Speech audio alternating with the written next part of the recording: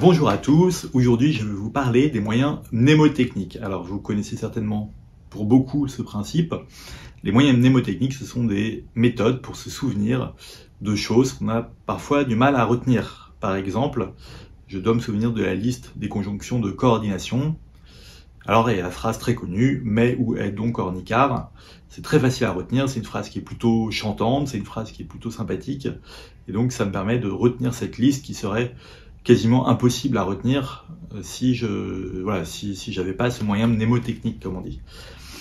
Alors, un moyen mnémotechnique, c'est très bien, notamment pour se souvenir des choses dont on a du mal à se souvenir d'habitude. Par exemple, moi je sais que sur un bateau, il y a bâbord, tribord, je sais jamais, bâbord est-ce que c'est gauche ou bâbord est-ce que c'est droite. Alors j'ai cherché sur internet et j'ai trouvé ce moyen mnémotechnique, sur un bateau, souvent il y a une batterie pour le moteur, et donc bâbord, tribord, donc bâbord à gauche, tribord à droite, batterie. Voilà, c'est très simple. Et comme ça, quand j'ai un doute, je vais faire appel à ce moyen mnémotechnique et ça me permet de m'en souvenir. Vous pouvez tout à fait utiliser les moyens mnémotechniques, c'est très pertinent pour se souvenir des choses qu'on a du mal à retenir d'habitude. Donc vous connaissez peut-être la sensation de ce mot de vocabulaire d'anglais, ça fait 5 fois que vous l'apprenez, impossible de s'en souvenir. Vous connaissez certainement la même chose pour une définition, pour une liste de mots, pour la liste, par exemple si vous apprenez la liste des présidents américains, ceux qui apprennent le tableau de Mendeleïev pour les plus grands d'entre vous.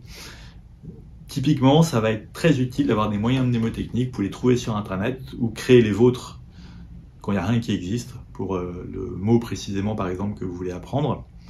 Et dans ce cas-là, le noter peut-être dans un cahier et ainsi vous souvenir de ce mot de vocabulaire, de cette liste, etc.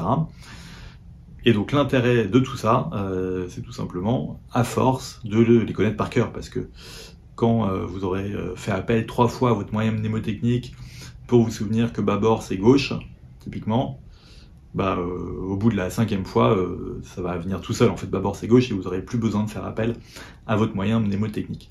Donc notez-les dans un cahier, revoyez-les régulièrement. Alors je sais que vous allez potentiellement me dire, les moyens mnémotechniques, non mais bien sûr qu'on connaît, on en a déjà parlé, on croise ça régulièrement, c'est très classique, je suis d'accord avec vous, mais est-ce que pour autant vous les appliquez? Pas forcément je pense.